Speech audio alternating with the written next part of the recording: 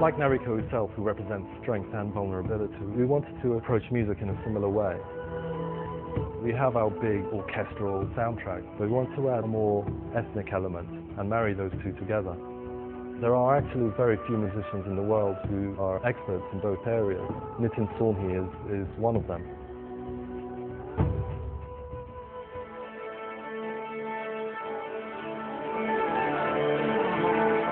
What we're trying to do is get together all of the music that I've programmed, but get it together in an orchestral way with the Prague Philharmonic. The most important thing with each of these pieces is to follow the feeling and the mood of what's coming out. This is the first time where I know that very few of the orchestra really speak fluent English, so there's a time lag working through an interpreter. But what's incredible about good orchestras is they require very little rehearsal time just because of the experience that they've got.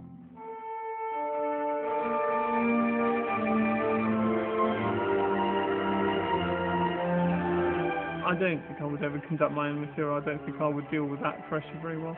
Stephen deals with pressure very well, and he's been somebody that I've worked with more and more closely over the years. I think he's invaluable.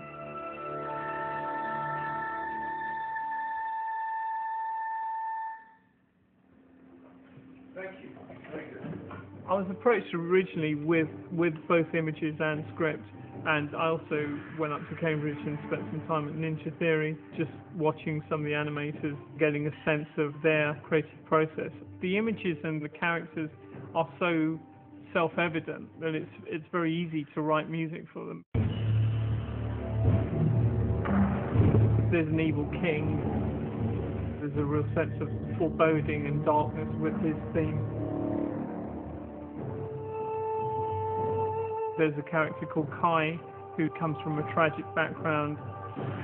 Her mother was murdered before her when she was very young.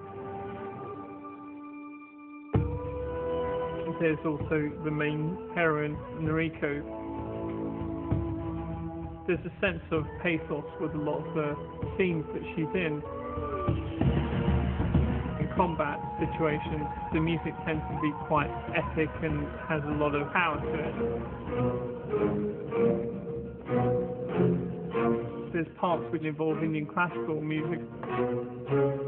Sometimes Western classical orchestras are not so used to music that's completely rhythmically based. You have to really get into thinking beyond what is just written. This rhythm is from an Indian classical time cycle. It's a rolling flavor.